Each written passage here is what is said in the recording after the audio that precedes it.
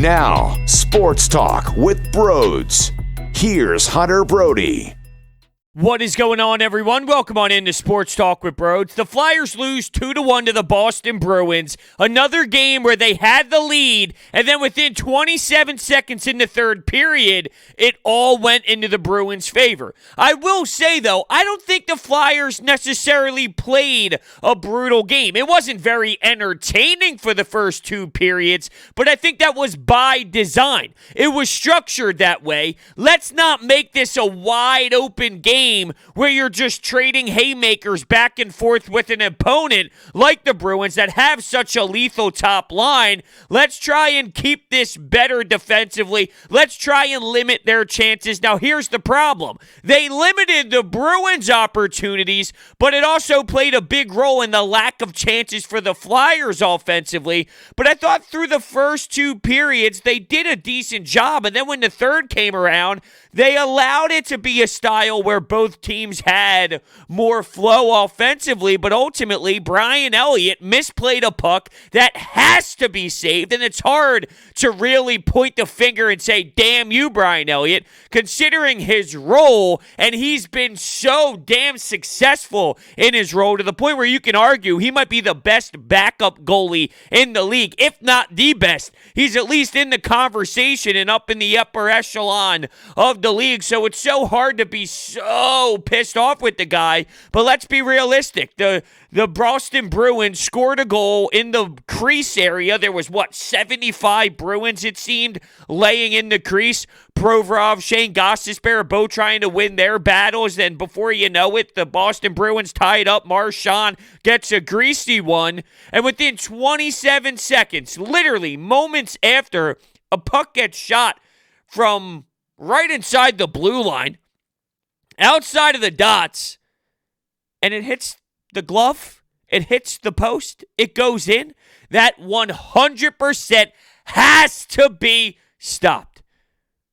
It's annoying. It really is. This team is the devil.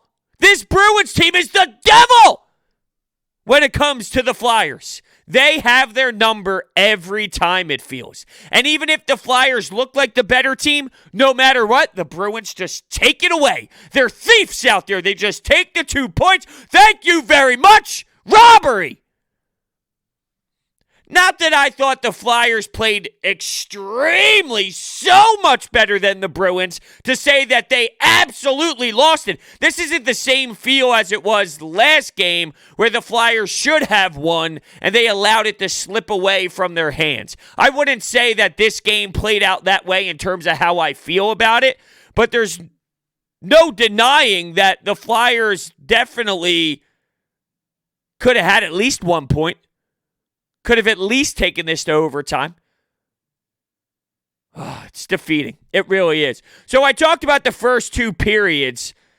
By the way, before we get into that, I definitely want to touch on Moose being in net just because Carter Hart left practice. Apparently, it's not going to be anything crazy. Alex Lyon was the backup in the game. So let's just keep our eyes out for any sort of Carter Hart news moving forward. And Phil Myers not in the lineup, and that's brutal. That's really awful to see. I was talking to a source that I have, and he was telling me prior to the news breaking out from the Flyers beat reporters and by anyone who covers the team that something happened with Myers that isn't related to any injury that he had in the past. This is something new that came up during, I guess, their skate or one of their practices, and it was like, hey, Myers is somewhat questionable. Myers might not be able to go. And within moments of seeing this team come out for the game tonight, everybody realized, uh-oh, no Phil Myers. And that's so brutal considering between Provorov, Sanheim, and Myers, you don't have many other reliable pieces out there. And that's what sucks. That's what kills me. Although, tonight, I didn't think the D zone was atrocious. I thought that they were better positionally. They were positionally sound more so than they have throughout this season in the D zone. There were some turnovers, but there weren't like, hey, this is disgusting turnovers like we have seen in the past. So I guess I can't destroy the D zone to like some lethal degree tonight.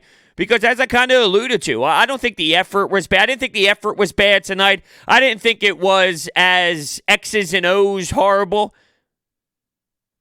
The goalie has to make that save. Brian Elliott has to come up big. So as I was getting to, there were some things that did occur through the first two periods. Lawton took an awful penalty in the first period, and I bring that up because of what happened right before overtime in the last game where he decided to take an interference call that a blind woman would have made because it was so damn obvious. If a blind woman, it doesn't have to be a woman. I'm not shaming here based off of sex. I'm shaming off of a blind person making the call. So a blind woman or male can make that call out on the ice last game with 7 seconds left right before overtime. And in the first period of this game, here he is playing with the stick and slashing guys. What are you doing? Do you not realize that you just costed this team something crucial last game? And here you are early in the following game doing something just as bad. Now, luckily, the penalty kill saved his ass, and they had a strong penalty kill. Sticks and lanes, blocking shots, getting the puck out of the zone, clearing it, sending it all the way through the ice. Good. Luckily, your team had your back. Aube-kubel fought Connor Clifton, and I'm laughing because the dude got rocked. He got flat out jabbed right in the nose, and you could see the shock on his face, but I got to give him credit. He got hit pretty good, and it was a nice, solid contact punch to the nose, to the face, and he ate it, and he continued to swing, and he continued to throw. Funny story on Connor Clifton. Back in my high school days, we actually played against him, and I'll never forget, it was a playoff game, and we were up 4-1 in the second period, and I lined up next to him, and I was telling him he blew, you suck. I told all these kids, back in my day, I played so many guys that are in the NHL now that I was just feeding and chirping all night long as if I was going to make the show. Shame on me for not realizing my future of being a guy who screams into a microphone and criticizes all the athletes instead of actually being out there with them. But I digress. We lined up at the faceoff dot, and I'm looking at him telling him he sucks, he's bad, he's an awful hockey player. I said, hey, 1-10, how rattled are you, buddy? You're down 4-1, right? What do you know? Third period, my man gets 4 points and looks at me after the game and go, hey, Brody, on a scale of 1 to 10, how fucking rattled are you? And I'm like, God damn it, I don't even know what to say. I was pissed off. Immature Brodes. You know, one of the things I did out there, I don't know if this is shocking, I don't know if this surprises anyone, but I was a motor mouth. I was out there running my mouth nonstop, sort of like Travis Konechny, but the difference was I was a stay-at-home D-man like Justin Braun, and I know that's probably not the best thing to say considering I feed this guy every night that he is such a trash defenseman, but that was sort of my role. I'm not going to pretend like it was something that it wasn't. I was a Justin Braun stay-at-home D-man who, you know, had some tough nights at the office, had some good nights at the office defensively. But who cares about me? I just wanted to tell you that story about Connor Clifton. I just think it's funny. I'll never forget it. Of course he has 4 points in the third period. We lose in the playoffs. Of course. Shame on me. How dumb can I be? It's like I sparked the enemy. I sparked the future NHLer, everyday NHLer, by telling him he was bad and this team is such garbage. That's stupid. Stupid IQ. Well, I guess it kind of describes where we're at here, right? What else happened in the first two periods? How about that power play debacle where the box score, the people in the box in the scorer's table got all screwed up? They should have had Connor Clifton in the box longer, or someone came out prior. They had to blow the whistle. That was a nightmare. That's what happens at the local rinks when someone's mother has to fill in on a Tuesday night, or someone's father has to fill in at 5 o'clock because no one can run the scorer's table and they get slipped an extra $25. That's what happens in a middle school game when someone's not paying attention. That's not what goes down when you're talking about the NHL, so shame on them for screwing it up so embarrassingly like they did. What a joke. By the way, I'm all jittery right now because I just chugged 16, maybe 20 ounces of coffee over there. It's like 10 o'clock at night. I had my late night coffee. And speaking of coffee, just so you know, starting Monday, and as of right now, we're only going to do it once a week, but 9 a.m. Eastern Standard Time, I am going to do Coffee with Brodes. That's right. my first cup of coffee with you. I will be streaming on multiple different platforms, YouTube being one of them. I think we're going to implement Twitter and Twitch as well. So just something to look forward to. Mark your calendars because you might be getting a little coffee with Brodes on your Monday mornings. And I'm going to continue to grow this thing a little bit, but just for now, Monday, I'm looking forward to it. Should be a good time.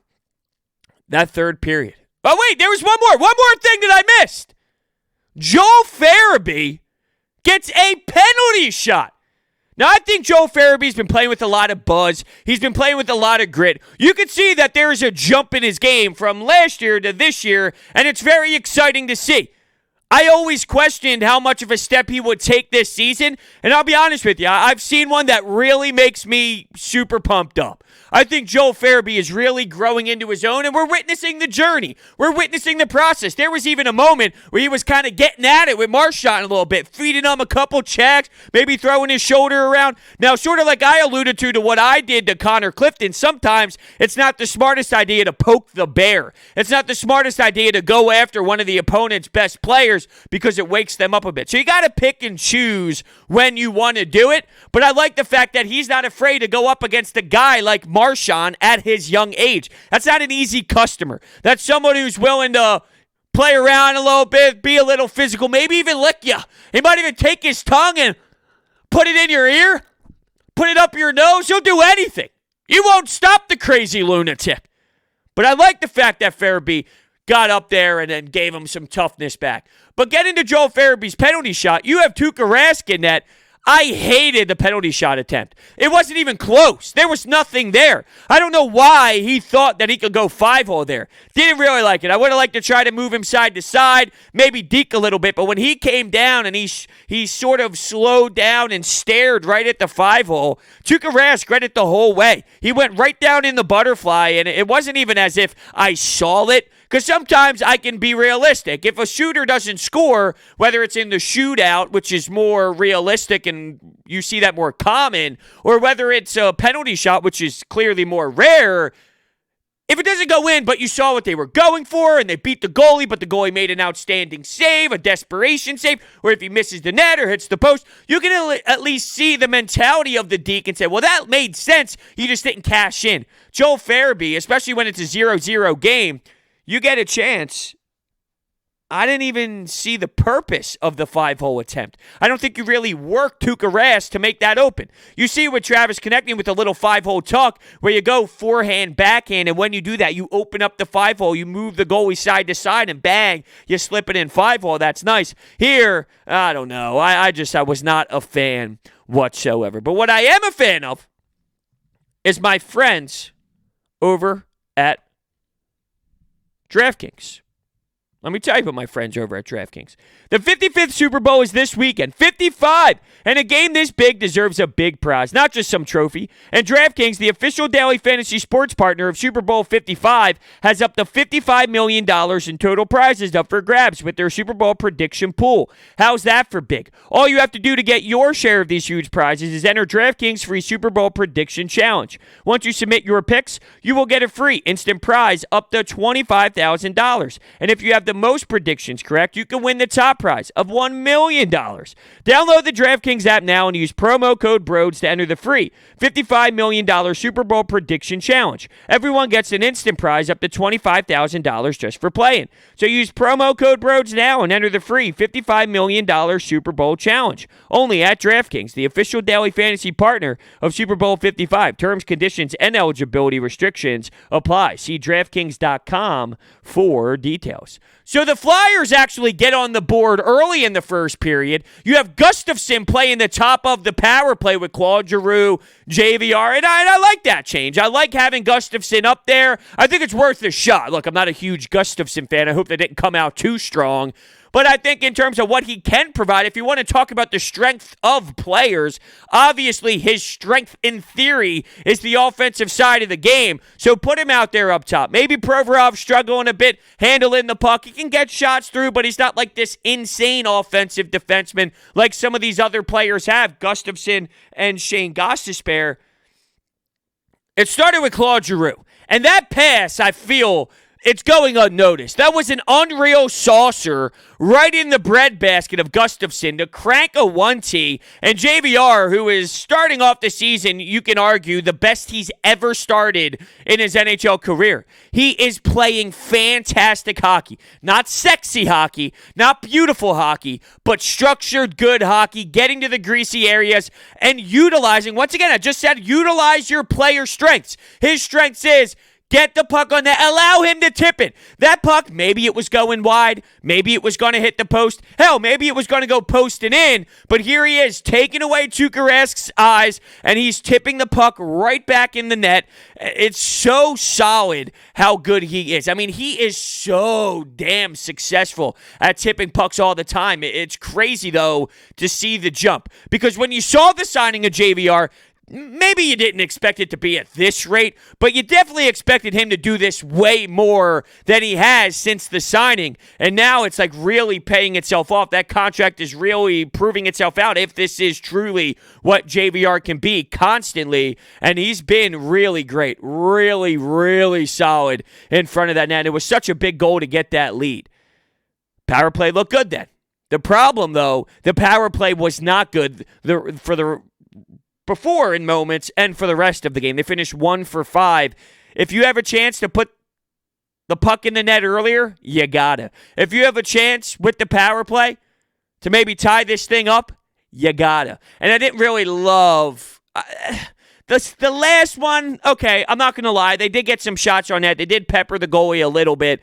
But throughout, if I'm going to look at the 5 power plays as a whole, I'm going to say, hey, special teams unit, I need to see more from that power play. They got the good one from JVR, and they were getting shots on net. I'm not going to act as if they didn't get pucks up high, and they didn't get pucks to the net, and they didn't have guys taking away eyes. There definitely was opportunities to do that, but I still demand more from the power play. And there was a moment where JVR was right in front of the paint, and the puck was right in his feet, and he decided to kind of shoot it through his legs or shoot it backhand, but Jake Voracek was wide open backdoor. It's a shame. Maybe if he called it louder, look, I don't know if he called it or not, but if JVR was more aware of him being wide open backdoor like that, instead of going backhand with it, why not go backhand pass backdoor to Jake Voracek, because he had all the time and space in the world with a wide open empty net. So when it was 1-0, I thought Scott Lawton had an outstanding take with really good patience towards the net, where he was almost waiting out Tuukka Rask. And you saw him do that for the overtime winner against the New York Islanders just a couple games ago, where Varlamov, he was waiting, poise on his forehand, and bang, he was able to put it in short side. He almost did that again to put the Flyers up 2-0, but it wasn't able to go in. I thought Travis Konechny and Nolan Patrick had a nice spurt offensively 2-on-1, but they weren't able to cash in. And I saw all those golden moments, and the more and more they missed, and the more and more they weren't able to cash in, and the Bruins were getting stops, I figured there was going to be a moment. It's really hard to keep this team, and specifically that number 1 line, off of the scorer sheet. But I thought Brian Elliott said something that stood out to me in the postgame. You know, emotionally, you're talking about, well, first he put the blame on himself, which very professional thing for Brian Elliott to do, and not that that's surprising. Pretty standard for a lot of these guys to take the blame for what happens. But you go from pitching the best game to, I allowed a big-time mistake, and I allowed this team to come back and take it from us as soon as, you know, in your mind, you're thinking, I'm pitching a shutout against this team. I'm unstoppable. I'm playing stellar. And then with the blink of an eye, literally within 27 seconds, here's the Bruins with the 2-1 lead, and you were never really able to solidify yourself again and get that game tied up. Lindblom in the third period got rocked pretty good, and that got me nervous. I didn't like the way it looked. I didn't like the replay, and I wonder if there's going to be something that goes on with the league with that hit. It was clearly up top. It was clearly in the head region, and that's something that I would imagine gets reviewed. I didn't like it. I didn't like Oscar Lindblom on the bench afterwards. Looked shaken up. Ugh, just unfortunate. It really is. And I mentioned guys like Lindblom, right? And I'm mentioning guys like Travis Konechny. I need more. I need more. And look, I think we obviously understand what Oscar Lindblom has went through and what he has battled through, and we love it. It's amazing. It shows the Philly toughness for him to battle through the cancer that he did. But he's out there on the ice, and he's a hell of a hockey player. He's a fantastic hockey player, and he's got great IQ. And I know it's in there, and I know he knows it's in there. I need more from Oscar Lindblom. I need way more from Travis Konechny. We talk about him being an emotional guy and him taking that leap. I mentioned Joel Farabee taking the leap. I don't see it so much with Travis Konechny. That doesn't mean he's a bad player, but I think he looks similar to last year. Times where he's very successful, times where he's very quiet, and we saw him go bankrupt in the postseason, so we anticipated something different, a different style to him, maybe more aggressiveness and more lethal play offensively. And guess what? While he's had flashy moments, I'm not satisfied with Travis Konechny. I need more out of Nolan Patrick. Don't tell me that all this is happening just because everyone's uncomfortable due to Sean Couturier not playing first-line minutes. That's an unacceptable answer to me. It really is. All right, let's hit the Anytime Hotline. I have a couple questions for the Flyers. How many fucking times are we going to blow leads in the late in the third period to let teams beat us? And how many times are we going to outplay this Boston team through like 50 minutes of play only for them to come back in the last 10 minutes? It's ridiculous. It's absolutely ridiculous. It's unacceptable. Like, I don't even feel like watching this team on Saturday. I feel like sleeping in on Saturday. They're probably going to lose because they're not showing any mental fortitude in the last stretch of the games. Like, I don't care how well you play for the first 50 minutes of the games. If you can't lock it down and you can't prevent them from scoring, they're fucked. You're not wrong. Now, you said Saturday. I'm looking at my schedule over here. I think the Sixers play the Nets on Saturday. I think their next game is noon on Super Bowl Sunday. But I still get your point, obviously, that you feel so frustrated you're not going to watch. Now, I don't know if I can go to that degree because I wanted to see this team bounce back. And I love these two-game series. I really do. That fight between NAK and Connor Clifton, that happens because of the frustration, because of going up against this team. It has that playoff series vibe to it. The last time you saw this team was just a couple nights before, and they pissed all over your face, and you want to get revenge, and you want to make a statement, and you want to get your team sparked up. Now, ultimately, you got punched in the face, and you got beat up a bit, but you got to respect him staying in there and staying squared up after taking a really good fist to the face. My point was, I want to see this team. Like, I feel like the storyline is there now where I want to see what this team does against another opponent that is not named the Boston Bruins. They play the Capitals. Did I say the Islanders? I don't know if I even said the Islanders, but they play the Capitals. Let's get back on track here. What was the point that I wanted to make based off of that call? Not being able to close out against the Boston Bruins. It sort of reminds me of the Sixers when Joel Embiid was younger, when Ben Simmons was younger. They couldn't close out games. They had no clue how to. If you look at this team, though, you have these veteran players up front. Is it all because of how abysmal the defensive team is, the defensive core, the D zone? The forwards are a big reason why this D-zone struggles, though. It's not only on the defense. I saw times where Travis Konechny's flooding the D-zone early, maybe trying to go north-south a little too early, and that allows the Bruins to keep the puck in the zone, and then they're able to work it around because they have more space because TK is leaving the defensive zone and going through the neutral zone. Then he has to stop and start and head back in the other direction. It's not just him. I'm just pointing him out, and obviously Alain Vigneault did too. That's why he was a health bomb, and that's why he was healthy scratched. I just feel this team doesn't know how to close out against the Bruins. And I saw this Sixers team fail to close out against the Boston Celtics for years, and they just didn't know how. It just doesn't really relate because that normally happens with youth. And with this team, it's like Kevin Hayes, Claude Giroux, Jake Voracek. I don't look at this team as so youthful and so young that that's why they can't close out against the Bruins. I think that they're mentally screwed up, knowing that they constantly blow leads against this team. And I think they're just not good enough. It's not so much about being young, but it's about just being bad on that defensive side of the ice. And keep in mind, this game specifically, your goalie let up a horrible goal. That needs to be called. That should be a face-off in the D zone. Or he catches it and plays the puck and they move in the other direction. They generate maybe an odd man rush off of it because they catch the Bruins sleeping or whatever, something like that. Maybe that's being a little too optimistic on what could have happened in that play, but regardless, we could be having a totally different discussion if Brian Elliott just made a simple play. Honestly, I'm not sure how to feel about this loss, Brodes. Especially considering the way we only gave up 2 goals to the Boston Bruins of all teams. I mean, the offense was questionable at best. I mean, good on JVR for getting a tuck, but I'm more impressed with our defense for only allowing 2 goals on the Bruins, and Brian Elliott for saving. I don't necessarily know how many saves he had, but he was pretty good for most of the game. I think that's a good call. I think I see your point because it's confusing. How do we feel? Because the team didn't really play bad, but they didn't get the result that you wanted. And Brian Elliott did make big saves, and he has been one of your really successful pieces to this point, but he let up an easy one. So I think if you just look at it from a broad picture, how did they play?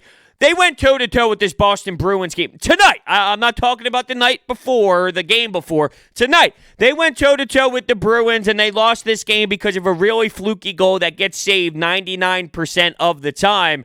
I don't really have a problem with their effort. I don't have a problem with the way they played. You just didn't get the outcome that you wanted. And I know that's kind of weird to say considering where this team is right now against the Bruins when you just look at that matchup and there's holes with this team that irritates us like no other. But I don't really have a problem with how this team played tonight, even though I know that they still have issues that concern me long term.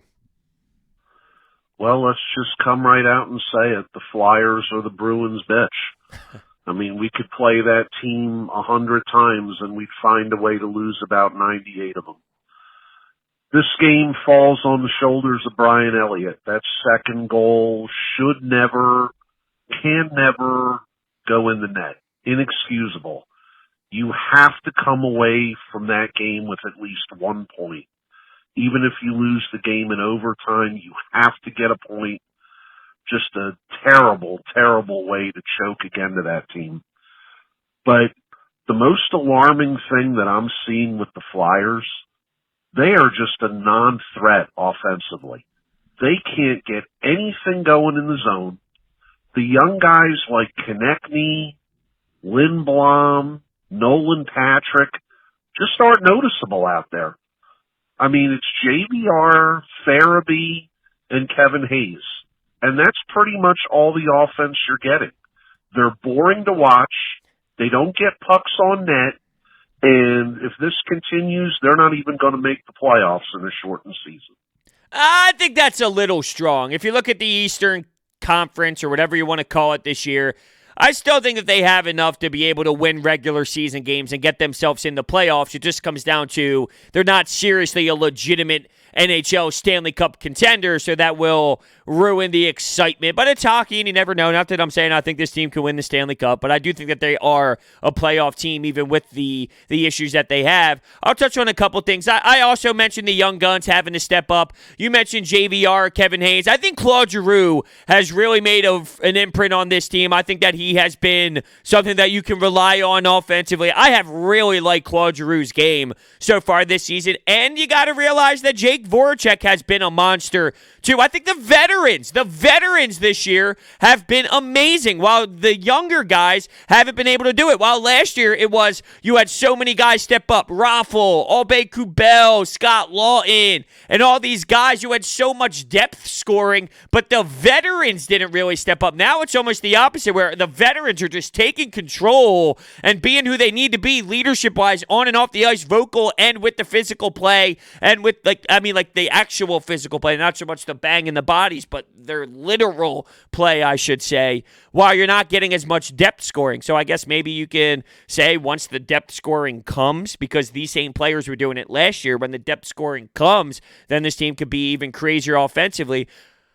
I do believe that one of the reasons why you're seeing this team not look good offensively is because their D zone is so terrible that they're focused on making sure that that gets cleaned up. So it's, hey, let's focus on this defense, and then the offense will come naturally. But because they're so focused on the defense that it limits their rushes, and you saw in the third, it was a different open game. There was more space. There were more back and forth plays and rushes going up and down the ice because I think both teams kind of allowed for that to happen. They didn't want it to happen in the first two periods, but I'm not denying that it's not entertaining hockey. I said it from the beginning. It's not entertaining, but it's structured. I think right now what I want to see is structured hockey more than entertaining hockey because that's the difference in going far or not. You know, look, if you think about it from a New York Islanders standpoint, not that I'm saying Barry Trotz and Alain Vigneault have similar styles to their coaching and to their X's and O's, but if the Islanders play boring hockey but they win games, then that matters, and that's the outcome matters. That's what you need to do. So if Alain Vigneault gets this team to win hockey games while it's not sexy, while it's not fun, but they're the best version of themselves, if that's the best way to coach this team, then so be it. I got to accept it, and I got to realize that it might not be eye-popping to everybody where it's like, I got to watch this team because they thrive every night. But if they win games, I guess that's the kind of stuff you got to look at. How is Alain Vigneault coaching the team? Is he coaching them to the best of what they are based off of personnel? And I can make the argument that yes. Yes, he is, because there are flaws.